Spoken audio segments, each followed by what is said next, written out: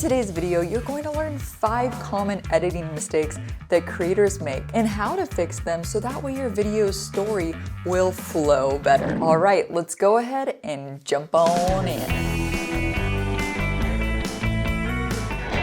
The first tip is to cut out the fat. And by cutting out the fat, I mean removing those unnecessary parts that don't add to your story. Here's an example from Anna D and Adam's YouTube channel. They have an adventure YouTube channel. Basically here, they're introducing their dog who is spoiled. And this is where Betsy got to sleep last night. She got her own space, and that right there is a heated pad. She got her own electric blanket for her own bed. Just saying. She's so spoiled. He pans that whole way around a few seconds just to get Anna's reaction. We don't need that extra turn. So what we can do here, right after he says, just saying, we can press C and cut. And then right when we get to Anna, we can cut right here. And then we can select this bit and press Shift Delete to ripple delete it together. We can actually go over here to Effect Controls and zoom in to get a closer shot of her because we saw her before in the wider angle. So after Anna turns her head here, Spoiled. we could actually cut to a close-up of the dog. So let's grab that shot from before. Press C. And that right there, let's duplicate it by pressing Option and bring it over here. Zoom in on this shot. So when Anna looks at the dog, you get that eye line. She's so spoiled.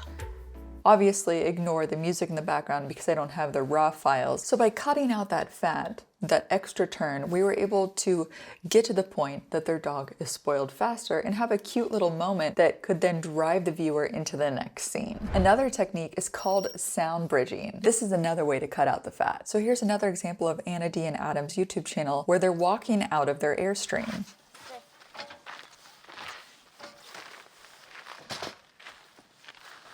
We're finally leaving the comfort. What we can do here is do an L cut or a J cut. So we can cut out a couple seconds of her walking towards the camera, which we already see her doing, and hear what she's saying first. So first we need to delink the video from the audio. So press Command L or Control L. So now the video is separated from the audio. Right about here, we can make a cut. Here, when she starts talking, we can make a cut. And then we can delete this part of them walking, and then we can roll the video clip of the second shot over. This gap here, we can press delete and roll this clip in to fill in the gap. So that way we hear her talking before we get to this scene. So we can actually press the N tool to roll this edit in so we can see her sooner. This is what the N tool is good for, the rolling edit tool. We have been here all morning. but it's been really nice actually. There's also a gap here that we don't need, so we can cut this out. We're finally leaving the comfort of our Airstream. We have been here all morning. But it's been really nice. So removing that awkward lull of her walking towards the camera and then bridging that sound over, we're able to get to what they're saying faster rather than watching her walk all the way to the camera. Next up is removing redundancies. To put it simply, it's like if you say the same thing twice but in 2 different ways, you don't need to say it both times. Here's an example from the Banger Anything YouTube channel. He's documenting his journey of leaving home and going exploring in Asia for 4 months. As he's leaving, he says this. This is everything I take for my trip, which will be about 4 months, maybe even longer. I won't even take a jacket. I'm walking towards the taxi right now. I have no coat and only a backpack and a camera, which is quite cool. And I'm going to Bali. Woo-hoo! Yes, sir. He said that he just has a camera, he doesn't have a jacket again after he said it here. So in this case, depending on which take you like, you could actually just go with this first take.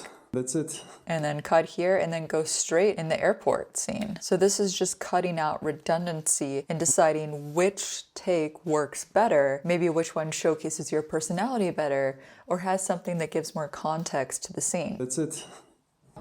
Hi guys, I'm in Warsaw Airport. Because the cut between this scene and this scene is quite abrupt, without telling the viewer what you're doing, you can show it. You could have some B-roll shots in between here of the ride to the airport with some music, for example. The editing tips that I've been giving in this video are actually tips that I gave live in an advanced editing workshop on Creator Now. And Creator Now is a community where you can supercharge your YouTube career. While you can learn editing tips from myself, you can also learn from all these other amazing creators. I know firsthand that YouTube can be very difficult in the beginning because you're doing everything by yourself and you start to have self-doubt and you question your own creative voice and your editing styles. And I so wish that I had a Creator Now when I first started because it wouldn't have made it so lonely. With Creator Now, you can connect with other creators, bounce ideas off of them, get feedback, join challenges, and if you want direct editing feedback on your edits, I'm actually hosting a free workshop on Creator Now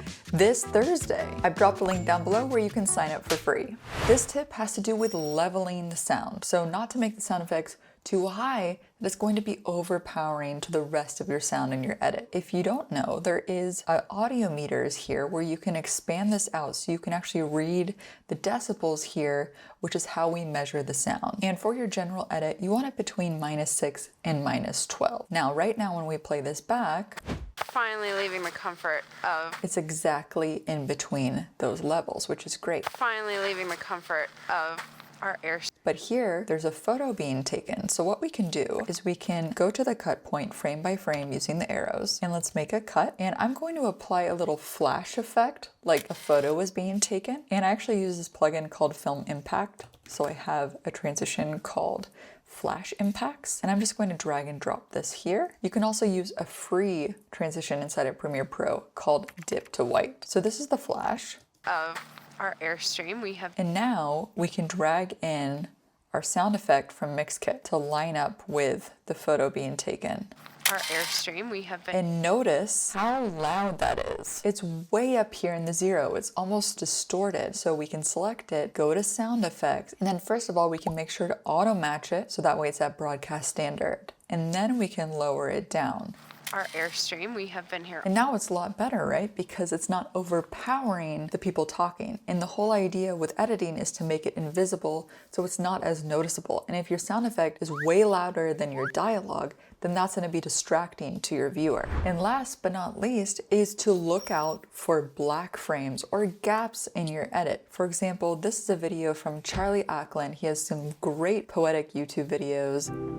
A hand that can teach the world that sometimes the best way to grow is to become a child. And there's just one little black frame. If I use the arrow keys to go back to the left, right here, that one little black flash can interrupt your edit. One way to avoid this is by using ripple delete. For example, if this was two separate clips, we had this clip here of him on the bus and this clip here of him walking on the street. And there's a gap in between. Instead of trying to move this over and guess that it's there, of course, with the snap tool on, it will snap together. But another way you can do it if the snap is off is you can select this gap and press Shift Delete and it will ripple delete them together so there's no frames in between. Now this is very useful for Premiere Pro, which doesn't have that magnetic timeline like Final Cut Pro has. So this is just a way to ensure that those black frames won't happen. So I hope that all of these technical tips will help you re-examine your edits going forward. So you can think, should I cut this out? Maybe I can re-level this? Also, I want to thank Creator Now for supporting today's episode and making it possible. Don't forget to sign up for my upcoming free workshop where I'm going to roast and take a look at your own edits to see how it can be improved. If you want to learn some more Premiere Pro tips from me here on my YouTube channel, you can click right over here, and you can click over here to go check out my brand new plugin